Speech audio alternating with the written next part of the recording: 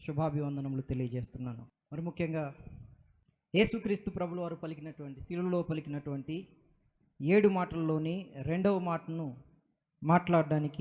మాట్లాడుకోవడానికి ధ్యానించుకోవడానికి మనం సిద్ధంగా ఉన్నాం. ఒకసారి ఆ మాటను మనం చదువుకుందాం. లూకాసు వార్త 23వ అధ్యాయము 42-43 వచనాలు. ఆయనను చూచి యేసు, నీవు నీ రాజ్యములోనికి వచ్చినప్పుడు నన్ను జ్ఞాపకం చేసుకునమనెను. 43వ వచనం. అందుకు ఆయన వానితో, నేడు నీవు నాతో కూడా పరదేశంలో ఉండు అని నిశ్చయముగా నీతో చెప్పుచున్నాను అనెను. ఈ వాక్యాన్ని, ఈ రెండవ మాటను మనం ధ్యానించుకుందాం. చిన్న ప్రార్థన చేసుకొని దేవుని సహాయాన్ని వేడుకుందాం. పరిశుద్ధుడా, జీవము కలిగిన తండ్రి, పాపులమైన మమ్మల్ని ఎంతగానో ప్రేమించి మీ మహోన్నతమైన ప్రేమను బట్టి మా ప్రభు, మా రక్షకుడు అయిన క్రీస్తు ప్రభులు వారిని మా కోసం అనుగ్రహించినందులకై మీకే కృతజ్ఞతలు తండ్రి. ఆయన సిలువలో పలికిన ఈ రెండవ మాటను మేము ధ్యానిస్తుండగా తండ్రి, మా ఆత్మీయ జీవితాలకు ఫలభరితముగా ఉండనట్లుగా దీవించమని క్రీస్తు ప్రభులు వారి దివ్యనామంలో ప్రార్థన మనవులు అడిగి వేడుకుంటున్నాం పరమ తండ్రి, ఆమేన్. లూకాసు వార్త 23వ అధ్యాయము 42-43 వచనంలో ఉన్న ఈ మాటను మనం చూస్తున్నాం. ఇది పాపి అయిన నేరస్తుడై భౌతికంగా శిక్షను అనుభవిస్తున్నటువంటి ఒక నేరస్తునికి, అలాగే పాపులను ప్రేమించి పరమలోకము నుండి పరిశుద్ధుడిగా ఈ భూలోకానికి ఏతెంచి ఆ పాపుల కొరకై తనను తాను బలిగా అర్పించుకుంటూ సిలువపై యేసుక్రీస్తు ప్రభువు వారు పలుకుతున్నటువంటి మాటగా మనం చూడగలుగుతున్నాం. వీరిద్దరికీ మధ్యలో జరుగుతున్నటువంటి సంభాషణ యేసుక్రీస్తు ప్రభువు వారు ఇచ్చినటువంటి ఖచ్చితమైన ఒక నిశ్చయమైన జవాబు. ఇక ఈ సందర్భాన్ని అంతటినీ మనం ఒకసారి చదవగలిగితే, నేను చదువుతున్నాను, జాగ్రత్తగా చూద్దాం. అందులో ముఖ్యంగా ఒక 4 గ్రూపులని లేదా 4 బృందాలని మనం చూడగలుగుతాం. నేను చదువుతున్నాను, జాగ్రత్తగా చూద్దాం. సందర్భం అంతటినీ నేను ఒకసారి చదువుతున్నాను. 33వ వచనం నుండి 43వ వచనం వరకు ఉన్న సందర్భము ఒకసారి మనం చూద్దాం. కారణం ఏంటంటే 33వ వచనంలో యేసుక్రీస్తు ప్రభువు వారితో కూడా సిలువ వేయబడిన 2 నేరస్తుల ప్రస్తావన మనకు కనపడుతుంది. ఏ నేరస్తునితైతే యేసుక్రీస్తు ప్రభువు వారు ఒక నిశ్చయమైన జవాబు ఇచ్చారో ఆ నేరస్తులు యేసుక్రీస్తు ప్రభువు వారితో కూడా సిలువ వేయబడిన సందర్భం 33 నుండి ప్రారంభం. వారు కపాలమనబడిన స్థలమునకు వచ్చినప్పుడు అక్కడ కుడివైపున ఒకరిని, ఎడమ వైపున ఒకరిని, ఆ నేరస్తులను ఆయనతో కూడా సిలువ వేసిరి. ఈ సందర్భం అంతా తర్వాత మీరు చదవండి. ఈ ఒక్క వచనం మాత్రం నేను చదివాను, తర్వాత మీరు చదవండి. ఎందుకంటే మనకు ఇంకా చాలా మాటలు ఉన్నాయి కనుక, ఇది రెండవ మాటనే కనుక మాట్లాడబోతున్న సహోదరులు ఉన్నారు కనుక నేను త్వరగా ఈ సందర్భాన్ని వివరించే ప్రయత్నం చేస్తాను. అలా 33వ వచనం నుండి 42వ వచనం వరకు ఉన్న సందర్భంలో యేసుక్రీస్తు ప్రభువు వారితో సిలువ అలా 33వ వచనం నుండి 42వ వచనం వరకు ఉన్న సందర్భంలో యేసుక్రీస్తు ప్రభువు వారితో సిలువ వేయబడిన 2 నేరస్తులను మనం చూడగలుగుతున్నాం. ఉన్నటువంటి ప్రస్తావన వచనాలు నేను మీకు జ్ఞాపకం చేస్తాను. రాసుకునే అవకాశం ఉండే వాళ్ళు రాసుకోవచ్చు. మత్తయి సువార్త 27వ అధ్యాయము 38లోను, మార్కు సువార్త 15వ అధ్యాయం 27వ వచనంలోను, అలాగే లూకాసు వార్త 23వ అధ్యాయం 33వ వచనం ఇప్పుడు మనం చదివిన వచనం, అలాగే యోహాను రాసిన సువార్త 19వ అధ్యాయము 13వ వచనం. ఈ వచనాల్లో యేసుక్రీస్తు ప్రభువు వారితో కూడా సిలువ వేయబడినటువంటి 2 నేరస్తులను మనం చూడగలుగుతున్నాం. ఇక ఈ సందర్భాన్ని అంతటిని పరిశీలన చేయగలిగితే ఒక 4 బృందాల వారు మనకు కనపడుతూ ఉంటారు. ఈ 4 బృందాల ఈ పరిచయం మనకు చాలా ముఖ్యమైనది. ఈ సందర్భానికి అర్థం కావాలి. ఎవరెవరు ఈ 4 బృందాల ప్రజలంటే, ఈ 4 బృందాలు ఎవరంటే అందులో ముఖ్యంగా సామాన్య ప్రజలు, రెండవది అధికారులు, మూడవది సైనికులు, 4వ బృందమే ఆయనతో కూడా సిలువ వేయబడినటువంటి 2 నేరస్తులు. ఈ 4 బృందాల ప్రస్తావన మనకి ఇక్కడ కనపడుతుంది సందర్భంలో.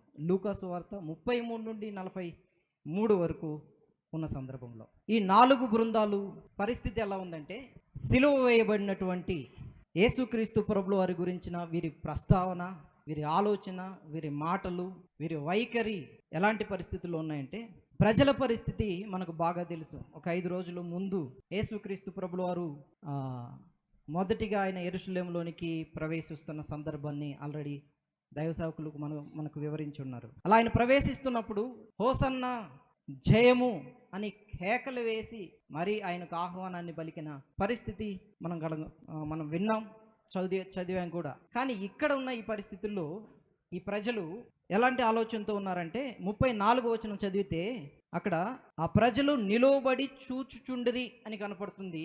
శిలువ మీద ఉన్న ఆ యేసుక్రీస్తు ప్రభువు వారిని చూస్తున్న ఈ ప్రజలు నిలవబడి చూస్తూ ఉన్నారు. కానీ దానికి పైనున్న సందర్భాలు ఒకసారి మనం చదవగలిగితే, రిఫర్ చేసుకోగలిగితే, యేసుక్రీస్తు ప్రభులు వారు ఆ శిలువ మీదకి ఎక్కడానికి వీళ్ళ కేకలే గెలిచిన సందర్భం మనకు కనపడుతుంది.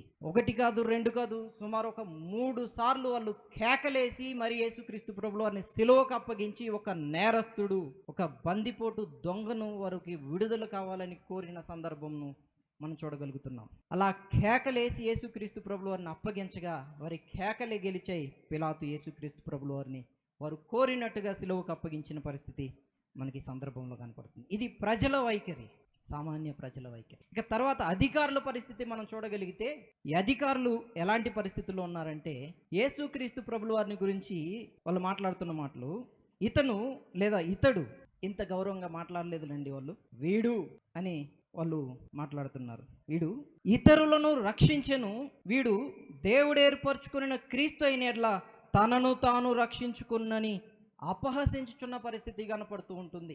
అధికారుల పరిస్థితి ఇది. ఒక విషయాన్ని అయితే ఒప్పుకుంటున్నారు చాలా గట్టిగా, యేసుక్రీస్తు ప్రభువు ఇతరులను రక్షించాడు అని, ఆయన చేసిన అద్భుతాలను గురించి, ఆయన చేసినటువంటి ప్రతి విషయాన్ని వాళ్ళు ఒప్పుకుంటున్నప్పటికీ వాళ్ళు అపహసిస్తున్నారు. తనను తాను ఇతరులను రక్షించిన ఇతరులను తాను రక్షించుకుంటాడా అని అపహసిస్తున్న వైఖరి అధికారుల దగ్గర మనకు కనపడుతుంది. ఇక 3వ బృందం సైనికులు, ఎవరి చేతికైతే అప్పగింపబడ్డాడో యేసుక్రీస్తు ప్రభువు వారు, ఆ సైనికులు ఆ యేసుక్రీస్తు ప్రభువు వారిని హింసిస్తున్న సందర్భంలో వీళ్ళు కూడా అపహసించడం ప్రారంభించారు. ఏ నేరం అయితే యేసుక్రీస్తు ప్రభువు వారి మీద మోపి ఆయన అప్పగింపబడ్డాడో ఆ నేరంను వాళ్ళు మనసులో పెట్టుకొని వీళ్ళు అంటున్న మాట, సైనికులు అంటున్న మాట, నీవు యూదుల రాజు అయితే నిన్ను నీవే రక్షించుకో అని అంటున్నారు. నీవు యూదుల రాజు అయితే నిన్ను నీవే రక్షించుకో. ఆ తర్వాత ఉన్న సందర్భం మనం 37వ వచనంలో మాట చూడగలం. నీవు యూదుల రాజు అయితే నిన్ను నీవే రక్షించుకో అని వీళ్ళు కూడా అపహసిస్తున్న పరిస్థితి కనపడుతుంది. త్వరగా వెళ్ళిపోదాం. ఇక మిగిలిన బృందం ఒకటే ఉంది, అదే నేరస్తులు. ఈ నేరస్తుల బృందం ఎలాంటి పరిస్థితుల్లో ఉందంటే, 2 నేరస్తులు మధ్యలో యేసుక్రీస్తు ప్రభువు వారు. ఈ నేరస్తుల్లో ముందుగా ఇద్దరి పరిస్థితి యేసుక్రీస్తు ప్రభువు వారిని నిందించినట్టుగానే, అర్థం చేసుకోలేనట్టుగానే మనకు మత్తయి సువార్తలో కనపడుతుంటుంది.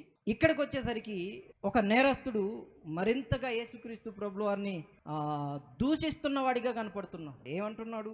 నీవు క్రీస్తువు కదా, నిన్ను నీవే రక్షించుకునము, నిన్ను నీవు రక్షించుకుని మమ్మల్ని కూడా రక్షించు, అప్పుడు నమ్ముతా నేను అన్నట్టుగా కనపడుతుంది. నిన్ను నీవు రక్షించుకొని మమ్మల్ని రక్షించు అని దూషిస్తున్న వైఖరి కనపడుతుంది. ఇప్పుడు ఈ 4 బృందాల పరిస్థితి ఎలా ఉందంటే, వారి కళ్ళ ముందు పరిశుద్ధుడిగా, నిర్దోషిగా, నిష్కల్మషుడిగా, అసలు వారినే రక్షించడానికై మహిమను విడిచి వారి కోసమే బలవుతున్న యేసుక్రీస్తు ప్రభువు వారిని అర్థం చేసుకోలేని పరిస్థితులు ఈ 4 బృందాల వారు మాట్లాడుతున్నారు. కానీ అందులో ఉన్న చివరి బృందం, నేరస్తులలో ఉన్న ఒక వ్యక్తి మాత్రం యేసుక్రీస్తు ప్రభువు వారిని అర్థం చేసుకున్నాడు. యేసుక్రీస్తు ప్రభువు వారు ఎప్పుడైతే తనకు అర్థమయ్యాడో, తనను తాను అర్థం చేసుకోగలిగాడు, తను తాను రియలైజ్ అవ్వగలిగాడు. మనకు అర్థమైంది యేసుక్రీస్తు ప్రభువు వారి గురించి. ఇప్పుడు యేసుక్రీస్తు ప్రభువు వారి గురించి చివరి బృందంలో ఉన్న ఈ నేరస్తుల్లో ఒక నేరస్తుడికి ఏం అర్థమైంది అని అంటే, ముందుగా యేసుక్రీస్తు ప్రభువు వారు ఎలాంటి తప్పిదము లేనివాడు, ఎలాంటి నేరము లేనివాడు, ఆయన పరిశుద్ధుడు, అసలు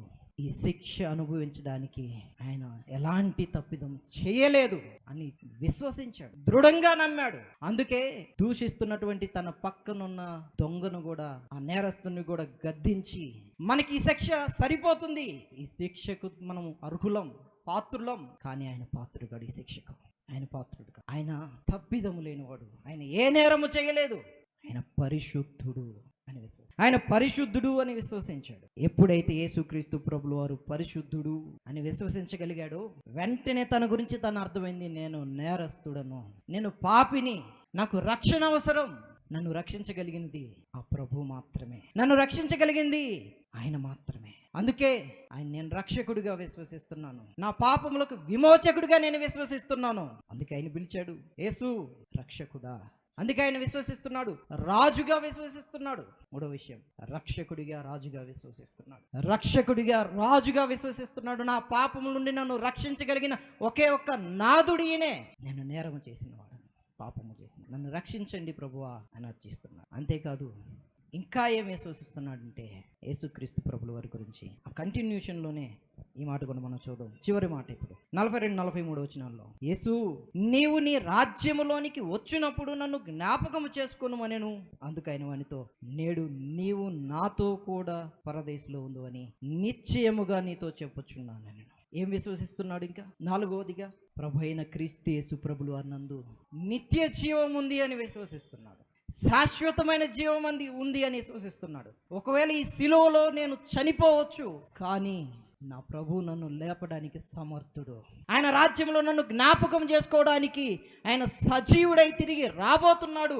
ఆయనలో నాకు జీవం ఉంది, ఆయనలో నాకు నిత్య జీవం ఉంది. కనుక ఆ నిత్య జీవం కొరకే నేను నిరీక్షణ కోసమే నేను విశ్వసిస్తున్నాను. క్రీస్తు ప్రభువు నందు ఆయన విశ్వసించాడు. ఈరోజు ఈ ప్రపంచ పరిస్థితులు కూడా ఇలాగే ఉన్నాయి. ఈ రోజు ఉన్న మన పరిస్థితి, ఇన్ని బృందాల ప్రజల మధ్య మనం కూడా బ్రతుకుతున్నాం. ఇంకా బాగా చెప్పాలంటే కేవలం ఈ నేరస్తులు మాత్రమే నేరస్తులు కాదు, కానీ నేను నేరస్తుడినే, మనము నేరస్తులమే. మనం కూడా మన తప్పిదములు, మన అపరాధములను ఒప్పుకోవాల్సిన పరిస్థితి ఉంది. యేసుక్రీస్తు ప్రభుల వారిని రక్షకుడిగా, ప్రభువుగా స్వీకరించవలసినటువంటి పరిస్థితి ఉంది. స్వీకరిద్దాం. మన మనసులు నిశ్చలపరుచుకుందాం. ఎందుకంటే మన పాపముల కొరకు పరిశుద్ధుడై ఉన్న ఆయన మన పాపములు తన మీద మోసుకొని మన కోసమే ప్రాణం పెట్టాడు, మన కోసమై మరణించాడు, మన కోసమై తిరిగి లేచి ఈరోజు నీకు నాకు మనకు నిత్య జీవం ఇవ్వడానికి సిద్ధంగా ఉన్నాడు. ఆయనలోనే మనకు నిత్య జీవం ఉంది. ఆ నిత్య జీవం కొరకైన నిరీక్షణతో, ఆయన మనకు వాగ్దానం చేసిన నిత్య జీవం కొరకైన నిరీక్షణతో క్రీస్తు ప్రభుల వారిని రాజుగా, రక్షకుడిగా, నిత్య జీవాన్ని ఇవ్వగలిగినటువంటి నాదుడిగా మనం విశ్వసిద్దాం. మన ప్రతి అవిధేయత స్థితిని ఒప్పుకుందాం, అన్నింటినీ విడిచిపెడదాం, మారు మనసు పొందుదాం. దేవుని నిత్య రాజ్యం కొరకు ఎదురు చూద్దాం. క్రీస్తు నందున్న వారికి ఏ శిక్ష విధి లేదు, ఆయన ఎందున్న వారికి నిత్య జీవం. దేవుడు ఈ మాటలు మన ఆత్మీయ జీవితాల కొరకు, ఆత్మ రక్షణ కొరకు దీవించి ఆశీర్వదించాలని కోరుకుంటూ నా మాటలు ముగిస్తున్నాను.